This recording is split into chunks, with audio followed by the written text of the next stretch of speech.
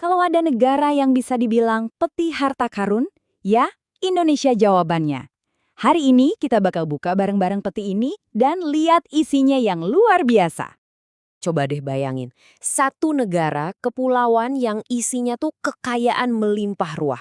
Dari hutannya yang lebat sampai ke dasar lautnya yang biru banget. Yuk, kita lihat sedalam apa sih harta karun ini.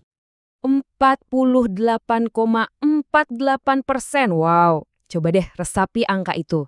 Artinya, di tahun 2022, hampir separuh nikel di seluruh dunia itu datangnya dari Indonesia. Dan itu baru pemanasan aja loh.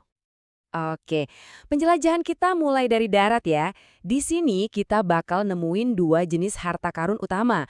Ada emas hijau dari hutan dan emas hitam yang ngumpet di perut bumi. Nah, ini dia emas hijaunya Indonesia. Kita punya hutan tropis terluas ketiga di dunia.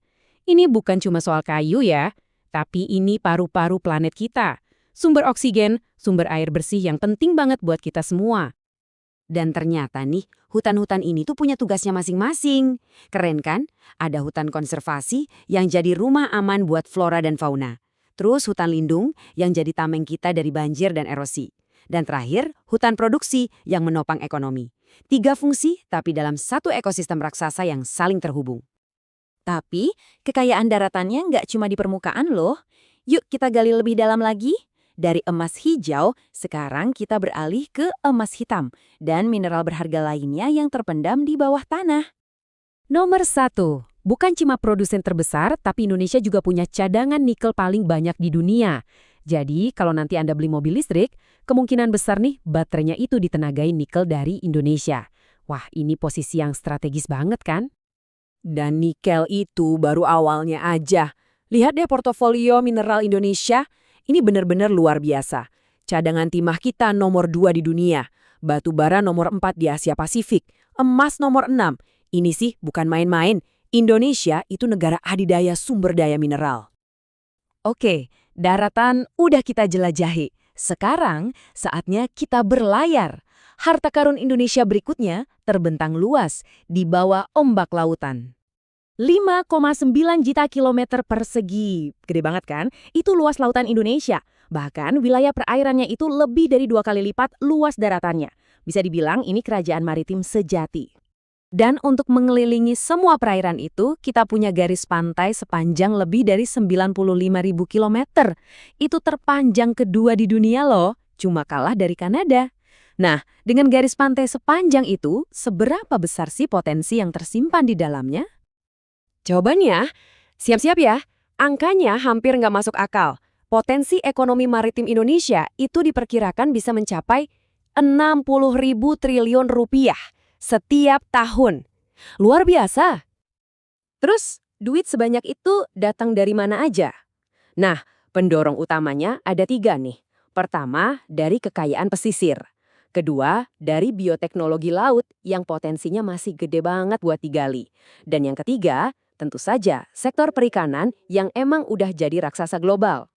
Soal kepemimpinan di sektor perikanan ini bukan cuma omong kosong. Faktanya, Indonesia itu produsen rumput laut nomor 1 di dunia. Dan untuk udang sama kepiting, kita ada di nomor 2. Ini bukti nyata kekuatan maritim kita. Tapi kekayaan laut ini nilainya jauh lebih dari sekedar uang. Ini tentang kehidupan itu sendiri. Perairan kita ini adalah rumah bagi 20% terumbu karang dunia. 20%. Itu artinya Indonesia adalah jantung keanekaragaman hayati laut di planet ini.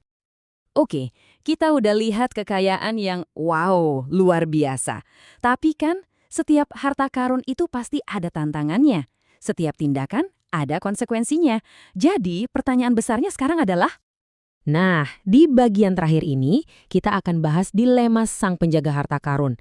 Tantangan yang super kompleks dalam mengelola sumber daya sebesar ini. Gimana caranya menyeimbangkan antara kemajuan dan pelestarian? Inilah inti dilemanya. Setiap sumber daya itu kayak pedang bermata dua. Di satu sisi ada hadiahnya, manfaat ekonomi dari hutan dan tambang yang kita nikmati. Tapi di sisi lain, ada harganya yang harus dibayar, kerusakan lingkungan dan konflik sosial. Dan ini bukan cuma teori di atas kertas ya, konsekuensinya itu nyata. Kita lihat ada deforestasi di Kalimantan yang mengancam flora dan fauna. Ada erosi dan tanah longsor bekas tambang, pencemaran air, konflik sosial antara masyarakat dan perusahaan, sampai masalah penangkapan ikan ilegal yang merugikan nelayan kecil kita. Dan sampailah kita pada pertanyaan pamungkas. Inti dari dilema besar Indonesia.